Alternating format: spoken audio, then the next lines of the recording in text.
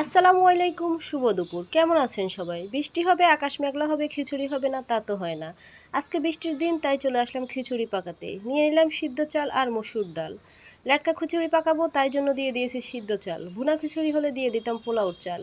তো চুলায় তেল গরম করে দিয়ে দিলাম পেঁয়াজ কুচি, টমেটো কুচি, কিছু গরম মশলা, পরিমাণ মতো হলুদ, মরিচ, জিরা বাটা, লবণ দিয়ে নেড়েচেড়ে দিয়ে দিলাম ধুয়ে রাখা চাল আর ডাল। দিয়ে আরেকটু নেড়েচেড়ে দিব। নেড়েচেড়ে দিয়ে দিব কেটে রাখা পেঁপে আর আলু দিয়ে দিব। নেড়েচেড়ে পরিমাণ মতো রান্নার জন্য পানি। তো দেখতেই পাচ্ছেন, দিয়ে দিচ্ছি পানি। বলক উঠে আসছে। এদিকে আমি মুরগি রান্নার জন্য আরেকটা পাত্রে দিয়ে দিচ্ছি রসুন বাটা, জিরা বাটা, হলুদের গুঁড়ো, মরিচের গুঁড়ো, পরিমাণ মতো লবণ আর পরিমাণ মতো তেল, পেঁয়াজ কুচি আর কাঁচামরিচ কুচি দিয়ে দিব আলু কাটা আর পেঁপে কাটা আর ধুয়ে রাখা মুরগিগুলো দিয়ে হাতে মাখিয়ে চুলায় বসিয়ে দিয়ে কষানো হয়ে গেছে। দিয়ে দিলাম রান্নার জন্য পানি। এদিকে খিচুড়ি রান্নাও হয়ে গেছে। দিয়ে দিলাম জিরার ফাঁকি।